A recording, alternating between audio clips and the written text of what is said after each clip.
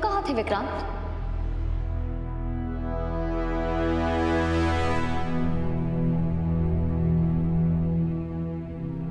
और तुम्हें पता कैसे चला कि उन्नति के साथ कुछ हुआ है?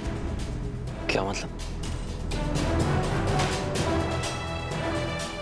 मैं अपने कमरे में था और कहाँ हूँगा?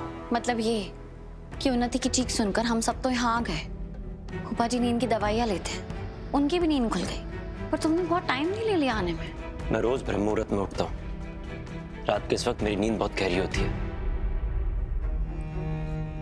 पर एक मिनट, आप मुझसे इस तरह सवाल क्यों कर रही हैं? आप मुझ पर शक कर रही हैं?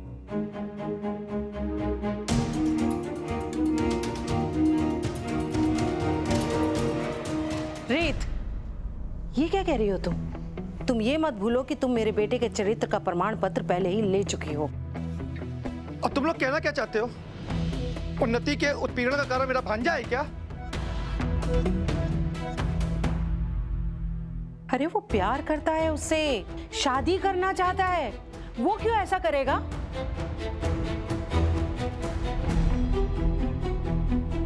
मुझे पता है कि आप मुझे पसंद नहीं करती, लेकिन मेरे बारे में इतना घटिया सोचती हैं, ये मुझे आज पता चला है। पता है, मुझे लगा था कि रीत पुरानी सारी बातें भुलाकर विक्रांत भैया और उन्नति की शादी की रस्में करने के लिए जा रही है गाँव। अब तो मुझे उस पर भी शक हो रहा है। एक सेकंड, शायद तुम इसलिए तो गाँव नहीं जा रही हो कि तुम विक्रांत भैया की इन्वेस्टिगेशन कर सको।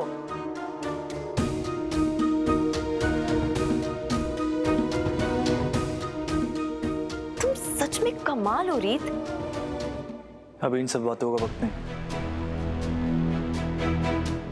अभी हमें गांव जाना कैंसिल करना होगा। जो भी रस्में होंगी वो यहाँ होंगी।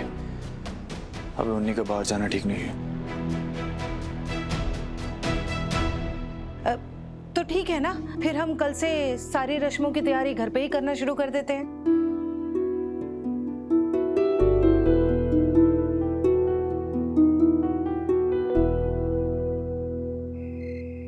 हेलो विराज, हम कल विक्रांत के गांव नहीं जा रहे हैं, लेकिन मैं चाहती हूँ कि तू वहां जाए और विक्रांत के बारे में सब पता लगाए। वो किससे मिलता है, उसके दोस्त कौन है, पूरी जन्म कुंडली चाहिए मुझे उसकी। अरे यार रीत, तू तो हाथ धो के उसके पीछे पड़ गई है। देख, ऐसा भी तो हो सकता है कि जो हम उसके बारे में सोच रहे हैं वो गलत हो और सच में वो अच्छा इंसान हो, और वो लड़की उसे फंसा रही हो। देख, तू तो जानती है ना आजकल की लड़कियों को, वो कुछ भी कर सकती हैं। मैं जानती हूँ विराज, लेकिन मैं उन्नति के साथ कोई चांस नहीं लेना चाहती। मैं किसी को उसकी लाइफ खराब नहीं करने दूंगी। प्लीज पता कर दो। ठीक है।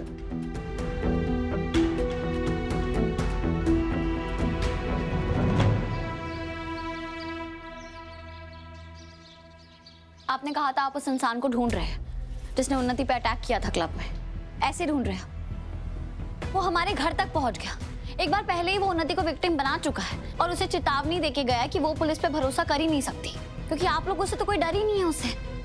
वो तो ये सोच रहा है कि आप लोग कभी उसे पकड़ ही नहीं पाएंगे। क्या कर क्या रहे हैं आप? ठीक है, मैं आपके कमिश्नर को कॉल करता हूँ और उसे बताता हूँ कि आपकी टीम किसी काबिल नहीं है। ठीक है, आप कर लीजिए इसके पास कंप्लेंट करनी है। लेकिन आप लोगों को क्या लगता है हम लोग हाथ पर हाथ धरे बैठे आराम कर रहे हैं? पूरा डिपार्टमेंट आपके इसी केस पर लगा हुआ है। अब उस लड़के ने कोई सुराग ही नहीं छोड़ा।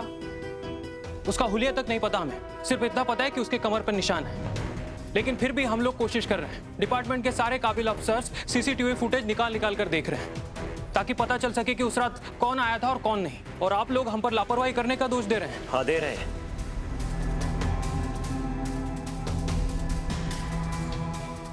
और ये कहने में हमें डर नहीं लग रहा है, पर आप सबको ना थोड़ी सी शर्म आनी चाहिए। उन्नति मंगेतर है मेरी, हमारी शादी होने वाली है, लेकिन उसकी आंखों में खुशी की जगह डर दिखाई देता है। वो डर जो बड़ी मेहनत से मैंने उसके दिल से मिटा दिया था, लेकिन आज वही डर उसकी फिर से आंखों में दिखाई दे रहा है। और आप लोग कह रहे हैं हम आपके ऊपर भरोसा करें।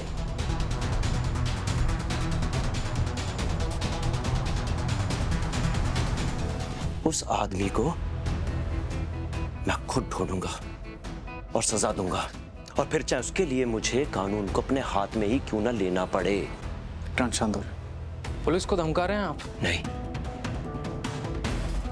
चेतावनी दे रहा हूं। यहाँ पर तेज दिखाना बहुत आसान है, समझे आप? अरे इंस्पेक्टर साहब, आप इसे माफ कर दिए। गरम खून है, ये किसी प्रकार से कानून अपने हाथ में नहीं लेगा। अरे मैं खुद टॉप का वकील हूँ, और मैं खुद कानून की बहुत इज्जत करता हूँ।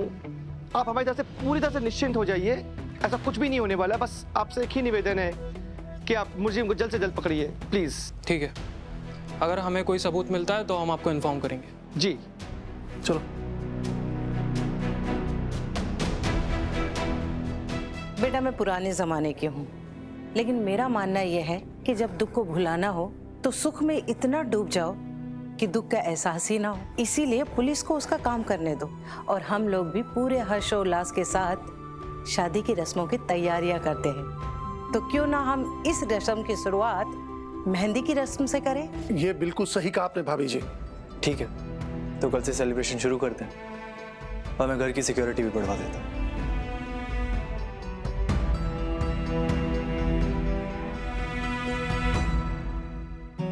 अरे भैया जल्दी जल्दी हाथ चलाओ बेटा। अरे एक नहीं, दो दो जोड़ों की मेहंदी सेरेमनी है। पूरे घर को फूलों से सजा दो, कोई कंजूसी नहीं चाहिए मुझे। हाँ चलो चलो, शाबाश शाबाश, फटाफट बेटा।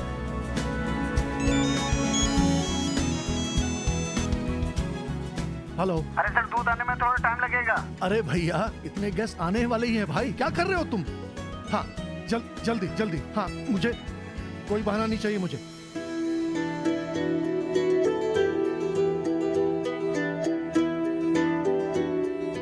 उन्नति, कैसी लग रही हूँ मैं? अच्छी लग रही है ना? हाँ मैं तुम्हारे लिए मेहंदी पर पहनने के लिए कुछ लेकर आया था। पर मैं तो रेडी हूँ। मेरे भैया ने मुझे टॉप डिजाइनर से लहंगा ला के दिया है।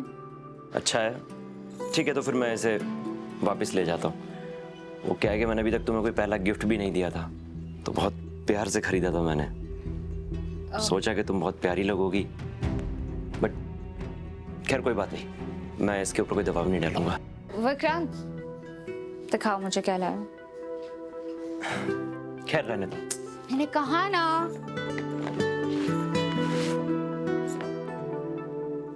कैसी लगी?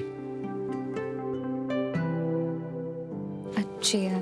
देखो इसका डिजाइन और कलर ना सूट करेगा तुम्हारे ऊपर। राइट, बहुत अच्छी है। मैं पहनूंगी तुम्हारे लिए आज ही।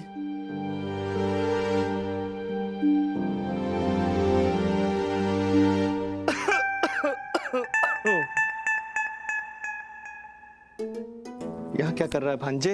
अरे 2 दिन में तुम्हारी शादी होने वाली है, थोड़ा तो अपनी भावनाओं पे नियंत्रण रखो। उन्नति बेटा देखो, मैं पंडित जी से तुम्हारे लिए मंत्रों वाला कवच लेकर आई हूँ। इसे अपने हाथ में ना हमेशा बांध के रखना, कोई तुम्हारा बाल भी बांका नहीं कर पाएगा। हाँ जी। माँ। हाँ बेटा। अब जब तक हम दोनों की शादी नहीं हो जाती ना, तुम इसी के पास रहना और इसे अकेले सोने मत देना। हाँ ठीक है, मैं सो जाऊंगी उन्नति के पास, तू चिंता मत कर लेके, ठीक है? Thank you aunty. Aunty? Aunty नहीं, अब मम्मी बोलने की आदत डाल लो तुम।